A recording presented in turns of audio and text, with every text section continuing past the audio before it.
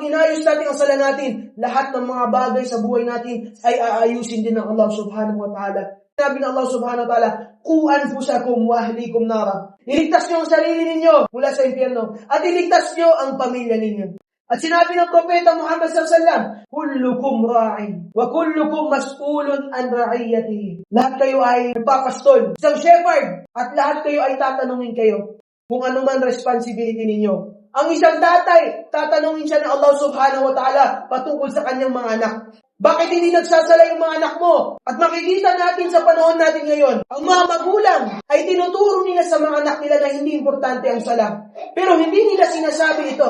Paano nila tinuturo sa anak nila na hindi importante ang sala? Ang magulang, papapuntahin niya ng madrasa yung anak niya, mag-aral ka. Sa madrasa, ituturo sa kanya, importante magsala. Kailangan magsala kompleto, fajr, duhur, asar, maghrib, isya, sa tamang oras. Pero pag uwi ng bahay, sasabihin ng bata, "Pa, gisingin mo ako ng fajr."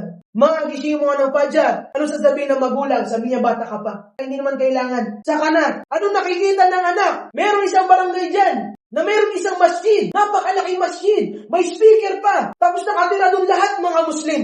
Oras ng fajr, makikita mo nakabukas ang mga ilaw. Alhamdulillah. Gising ang mga tao oras ng fajr. Pero kapag dadaan ka doon, pupunta ka ng masjid, makikita mo ilang linya lang ang masjid. Paglabas mo pagkatapos ng sala, magugulat ka, ang daming taong gising. Bakit walang tao sa masjid? Makikita mo, ang mga eskwelahan ngayon, ano oras pasukan nila? 6, 7. Yun yung oras ng pasukan nila, 6 o'clock. Gising na yung mga bata ng 4:30, 5 o'clock. Makita mo nag-aadan, "Hayya ala salah, hayya ala falah." Yung tatay, ihatid niya yung anak niya sa eskwelahan. Kahit may isang oras pa bago mag-start ang school, hatid pa niya sa eskwelahan. Nandun yung masjid sa katabi nila. Ilang mga tao dito sa Pilipinas, pinapangarap nila na ang bahay nila ay maging katabi ng isang masjid. Habang karamihan ng mga tao, katabi mismo nila ang masjid. Naririnig nila ang adan, naririnig nila ang sala, hindi sila pupunta sa masjid.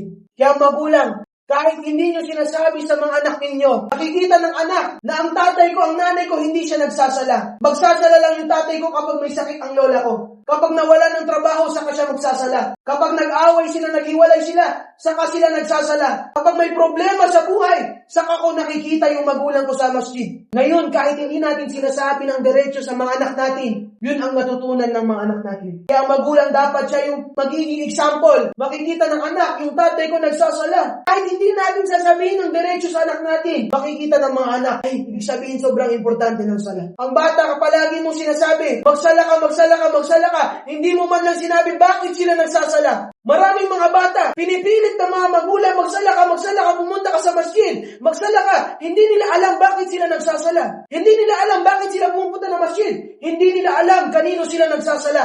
Ay nagsasala lang sila para sa mga magulang nila. Pinakamahalaga dito sa atin ay tuturuan natin ang sarili natin kung bakit tayo nagsasala, kung bakit importante ang sala, gaano kahalaga ang sala, at pangalagaan natin yung sala natin. Pagkatapos nun, ituro natin sa asawa natin, pamilya natin, magulang natin. At saan manggagaling lahat?